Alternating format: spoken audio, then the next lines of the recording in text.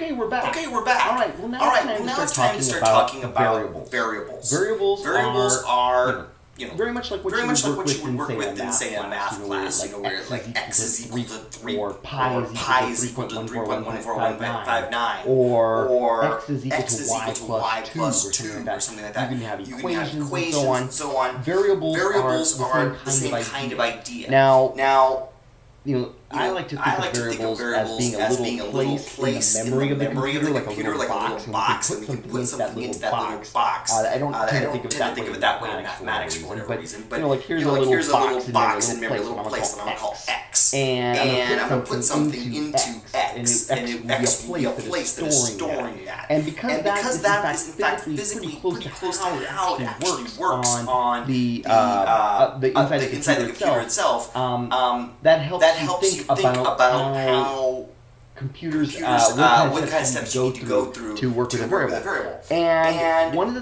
things you have to know about a variable in any kind of computer programming language, Fortran, Pascal, MCL, whatever, is that it has a type. Type is a word that we use to describe the nature of the information that's going to be stored in this variable. Now, in practice in this class, we're only going to be working with a few very common types of variables. One type of variable is going to be an integer, and another type of variable is going to be what C calls a floating point number. Integers are counting numbers. Rabbits. You can have 7 rabbits. You can have 8 rabbits. You can't really have 7.5 rabbits.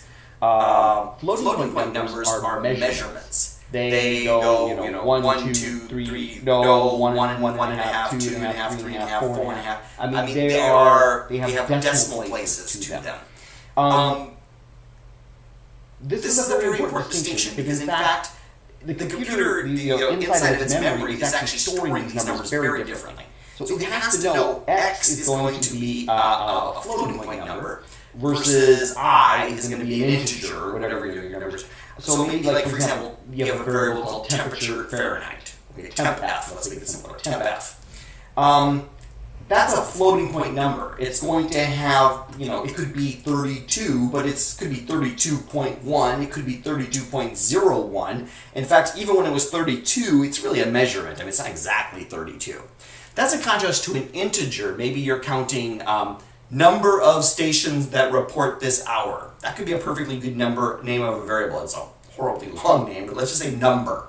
Number, that would be like storing how many. You can't have 2.5 stations report this hour, and you can't have 2.01 stations report this hour. It's either 2 or it's 3. Okay, so you have to know when you're working with your variables, are they going to be an integer, or are they going to be a floating point number? And the very first thing you do in your program, right below main, is you have to so-called declare these variables. Before you can actually use a variable like x, or temp or number, or whatever it's going to be, you have to tell the program you're going to be working with this, and you have to tell it what kind of variable it's going to be. Because behind the scenes, inside the computer, what's really happening is it's setting aside a little place in the memory of the computer, and it's calling that temp F. And it's defining that that is going to be a floating point number. And it's giving the computer the instructions about how to format that area of memory so that it can store a number with decimal points and so on. And so what we do is up at the top of the program, before anything happens, we declare. Now, in practice, that's just good habit. In practice, you can actually declare the variables elsewhere in the program, but you'll never lose them. You'll never figure out where did I declare temp? No, it's very good habit to have your variables declared up at the top, right below main. They do have to be inside of the curly braces associated with the main function. I just like there are in fact situations where you declare outside of main. That's called a global variable. We're not going to work with global variables in this class. Because they're bad. They're a bad programming style in your future employer would even know such a thing exists. So what we're going to do is we're going to declare. Now, so up here at the top of this program that I have here on the screen, I have declared some integers, I and j, and I've declared some floating point numbers, temperature, and pressure. The integers are declared using the C command int, And then after that, we have another one where we're declaring some floating point numbers using the command float. And so in this case we have two variables, I and j, that are going to be integers. At some point we'll have decided what I and j are, or whatever. I'm just making a program. Obviously, we're likely to have a variable name, something like number of contours to draw, or number of stations, or something like that. But I and j are fine. Okay. And you can put a list of them there. Like I have two, so I made I, j. That's fine. There's two variables I'm declaring here. Or I could have done them on separate lines. I could have said integer I, and then on the next line I could have said integer j. Int I and int j. That would have been fine. Same with like the floating point numbers that I had declared there. I did in on one line, but I wouldn't have had to. I could have had float temperature, and then the next line float pressure. And because these are commands, they have to end in a semicolon. So actually what I would have had to do if I had made these on separate lines, I would have said I, semicolon, int j, semicolon, float temperature, semicolon, float pressure, semicolon. Hey, one thing I've been meaning to tell you along the way here is make sure that you understand blank lines have no meaning. You can have as many or as few as you want. I mean, they're just there. Those blank lines are just there to help your I keep parts of the program separate. Okay, so then below here, I just started using the variables to just do something. Now, this is not a particularly interesting program. Here I just gave an example where I showed like my integer I. I'll just set it equal to I is equal to 3. Or temperature, temperature, and I'm just setting it equal to 98.6. Again, because those are commands. We're doing something that end in a semicolon, as C lines always do.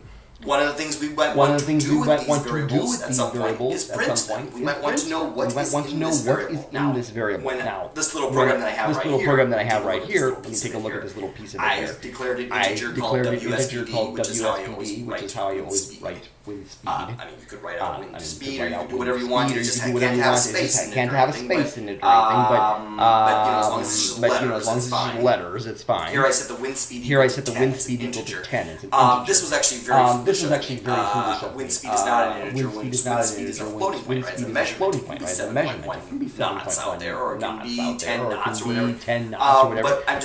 But I'm just demonstrating. So if I wanted to actually print the value here, we have to modify our idea of what a printf statement can do. Here in the little blue box, I'm showing you the result here as it printed out the word the wind speed is 10. And how did we do that? Well, I have now made some changes to the business going on inside of my printf function. I was actually getting two arguments. Previously, we were just having one argument. Where we would say, like in quotation marks, this is the weather channel. Now I have two arguments. One is a string, a set of characters. And it says the wind speed is percent d dot slash n. We'll come and parse that all out in just a little bit.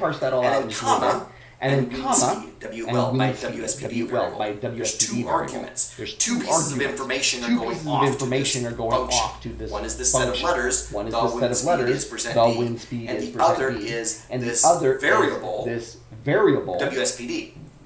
What's actually going to happen here is that we separate these two arguments using a comma. And percent d is what C calls a format specifier. Again, this is something any computer language they might be slightly different, but they're going to work the same way. What's going to happen is when the printf statement actually starts working, and it's going to write to the screen, the wind speed is, when it hits percent d, it will replace that percent d with whatever are the contents of WSPD. So that first time that it hits a format specifier, in this case percent d, with the contents of WSPD. So that's why we got this output that says the wind speed is 10. Was the contents inside of the WSPD variable. Percent d is the format specifier for an integer. If you declare the variable, like in this case WSPD, is the format specifier that matches up with that. So when you have a percent d in your printf statement,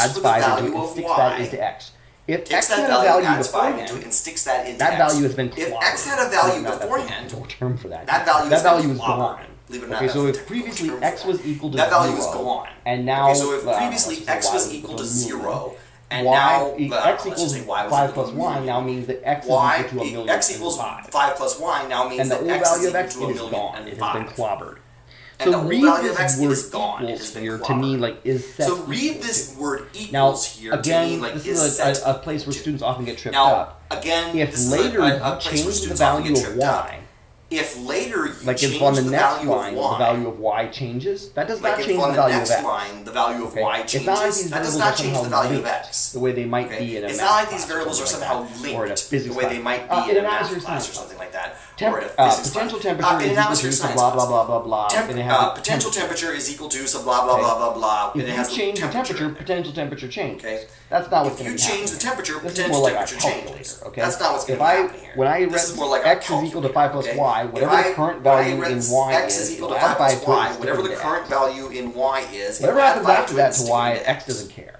Okay. Whatever happens after that to y, now x equal doesn't to what care. it is equal to. Or Okay. you can feel X free to is change now x is equal to z plus or you 20. can I feel don't free care. to change now x is equal to z plus 20. Also notice it always works this way. The left-hand side of the equal sign is what's getting changed. The left-hand side of the equal sign is what's getting done and then put the right-hand side is what's the math Man, I that's remember done I was and first then learning put programming into a the long, left-hand long side. time ago. And Man, I remember when I was first learning programming a long, long time ago. I didn't understand that. I could never figure out what my programs were doing wrong. I didn't understand that. that. If I had this the other way around, 5 plus y equals x. If I had this the other way around, 5 plus y equals x, mathematically that's fine, but it doesn't. The one you're setting the one you're changing, the left-hand side. The one you're setting is equal to this is the left-hand side. Now, programs have to have notes in them.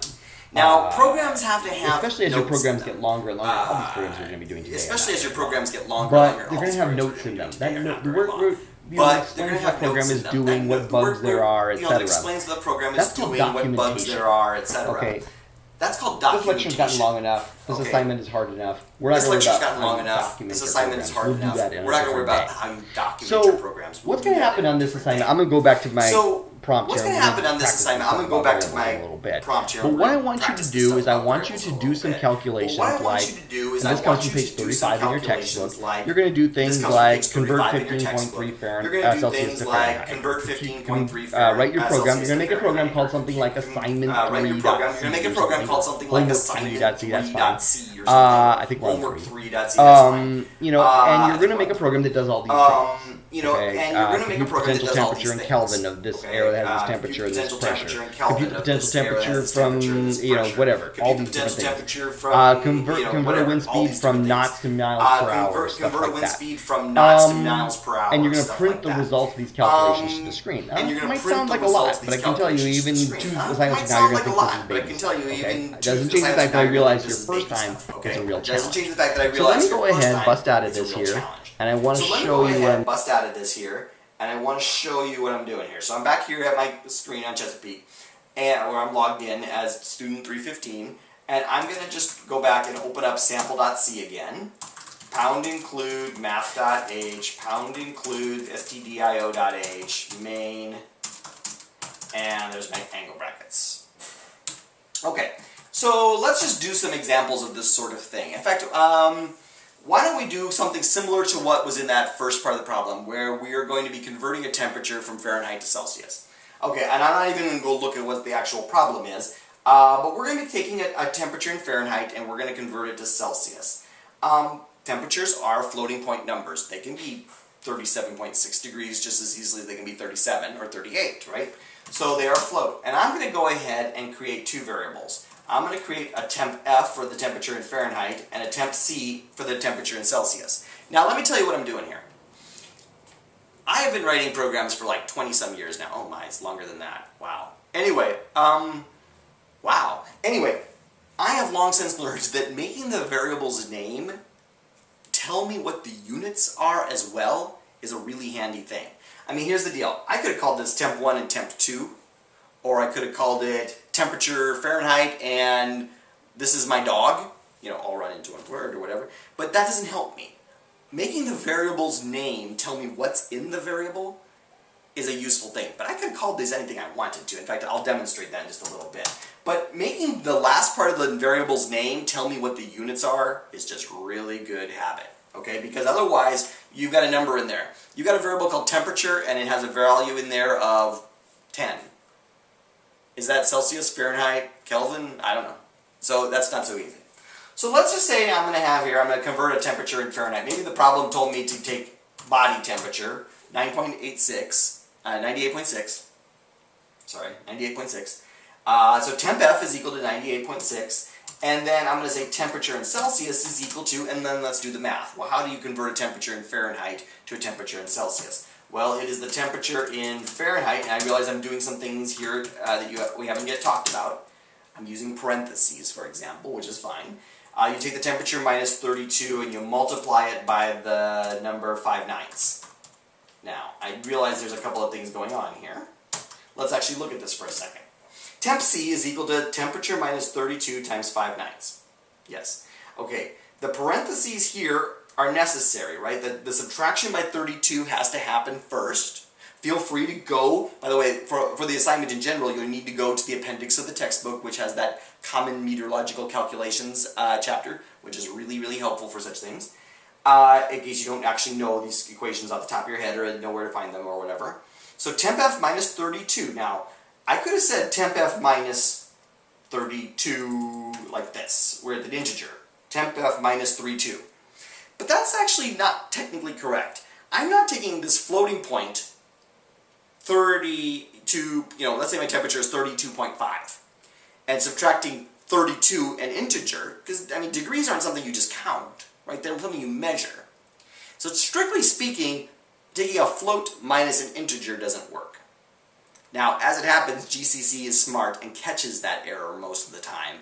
So it would actually go ahead and change 32 to the floating point number 32.0, and it would catch it for you. But it doesn't always, and it's just good habit. Sometime later in your life when you're working with something else, Python or Fortran or something like that, the compiler, well actually Python doesn't have a compiler, but that's another story. But at some point along the way, like the compiler or whatever won't necessarily know that. Or if you're using a different C compiler than GCC. So it's just a good habit. In the same sort of way, multiplying this by 5/9, I could have done 5 divided by 9. And GCC is pretty smart, it might have caught that. But here's the deal, 5/9 is actually a floating point number. We're not saying take 5 rabbits and divide them among 9 dogs and you get 0 rabbits per dog with 5 left over. This isn't remainder division like what you would do with an integer. This is a floating point. I want the result to be 5/9, which I believe is 0.55555. So to do that, it needs to understand that 5/9 means 5 9ths. 5.0 divided by 9.0. Okay? I know, that's kind of messy and hard to think through, and we're going to catch that error lots of times in this class, okay? Keeping track of the differences between what do I mean? Do I mean that to be a floating point number or do I mean that to be an integer number is a tricky, messy thing.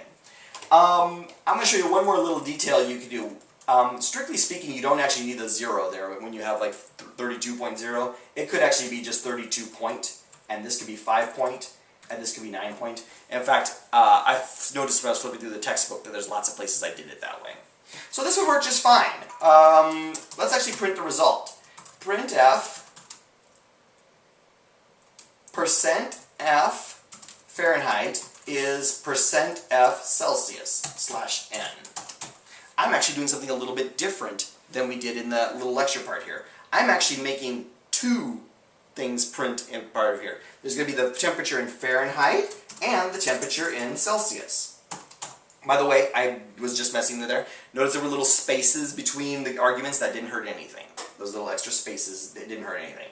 So what's going to happen here in this line here is when the printf hits this first %f, it will replace that %f format specifier with the first argument, which is, well, I guess second argument. Let's be clear about that.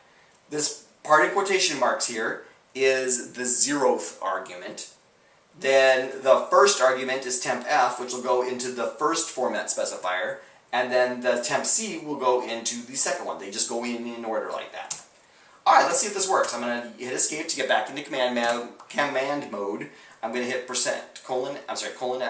colon WQ to get back into write and quit. And I'm back to the Unix command line. I'm going to say gcc sample.c minus lm to link to the math libraries.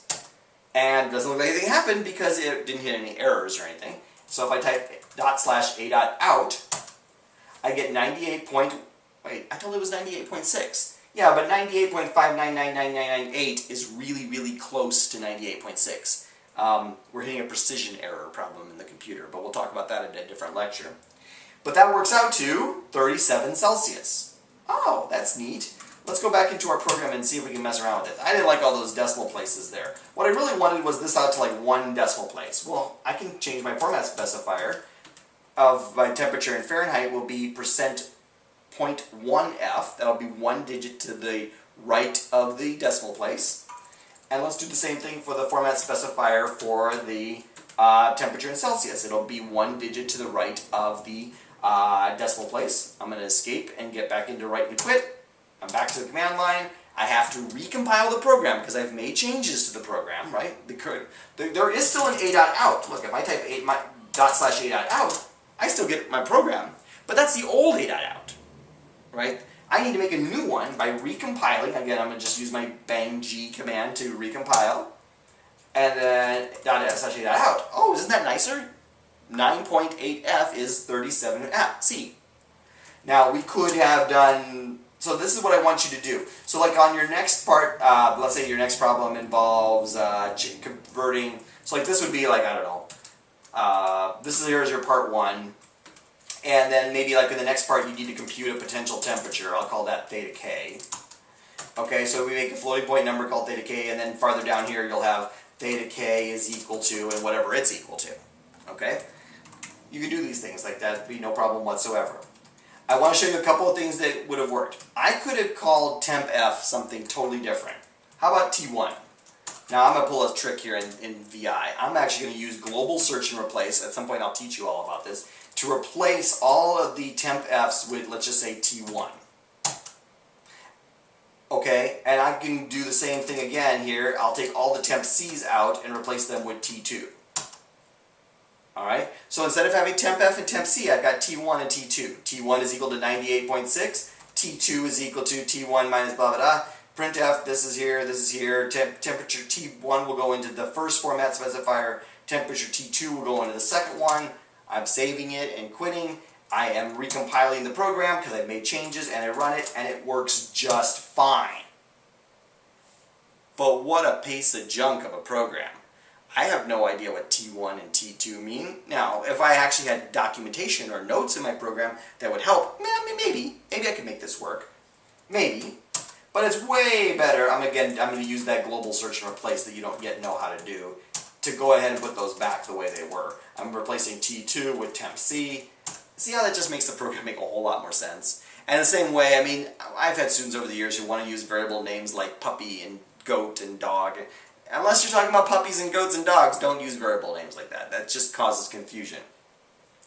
Variable names, though, do have to just be one string of letters. You know, you can't have spaces in there. Temp F wouldn't work. Okay? In general, don't use special characters like $ and dots and ampersands and stuff. All those things generally have special meanings in C, and it'll be confused as to what it thinks you're doing here. Just use strings of letters, like TEMPF is a lovely variable name for temperature in Fahrenheit. Okay? So this is basically what you're going to be doing on this assignment. And now, let me just look real quick. I had made myself a set of notes about assignment 3, and I put them in this directory. Let me make sure I told you all the things that you need here. It says here, the students need to know that the steps in your program happen in order. Oh, students need to know that they can reuse variables. I didn't mention that. I mean, my guess is you know it, but let me go back into sample.c. I'm doing this wrong. Sample.c. There's absolutely nothing wrong here with now saying tempf equals 0. Using that same, I'm actually going to just use cut and paste to put that same equation in here. Temp C is now equal to temp F plus, oh, well, let's actually do this here. I'm going to go ahead and put the same print statement here. Alright, so what's going to happen here is temperature in Fahrenheit is set to 98.6. Then temperature in Celsius is this conversion. And then we're printing the results. Then I'm changing the value of the temperature in Fahrenheit Temp F now contains this number, 0. Temp C is set equal to 0 minus 32 times 5/9, and we're going to print it again. Let's see if that works. I'm going to use my little shortcut there to compile. I'm going to run it. 98.6 Fahrenheit is 37 Celsius. 0 degrees Fahrenheit is negative 17.8 Celsius. That sounds right. So see, there was no harm in reusing the variable once we were done with it. As long as I didn't care that I was clobbering the old values of it, it didn't actually hurt anything. But, well, you know what? It's worth pointing out. Let me show you one more thing here. Let's say I didn't have this line right here. Okay, so what happens in my program? I set temp F to 98.6. Temp C is this conversion. The temp F and temp C both have numbers in them. Then I print those numbers. Then I'm setting temp F equal to 0, but I'm not going to do any calculations, and I'm just going to write that again. Temp F is equal to temp C. So in other words, there should be a mistake here, right? Temp C is, we didn't change it. Temp C still has the value associated with 98.6 Fahrenheit. Well, let's go ahead, write and quit, compile, and run this bad boy. 98.6 Fahrenheit is 37 Celsius. 0 Fahrenheit is 37 Celsius too. Wait, that can't be right. Because see, I didn't change the value of temp C. I need to go back in here, and again, I'm going to use my tricky cut and paste function that you may or may not know how to do yet, but I'm going to do it just to save some time here. So now, temp F is set to 0, temp C is recomputed, plugging it into temp F and all that kind of stuff again, and now when we save, compile, and run the program, it works just fine. 0 degrees Fahrenheit is equal to negative 17.8 degrees Celsius. Let me go back and check those notes again one more time. Assignment 3.text. We know how to go to the end of the line, know about the dot at the end of floats that look like integers, I know about that. Know that the declaration should be at the top of the program. They need to know about converting to knots and meters per second. All those conversions are in the back of your textbook.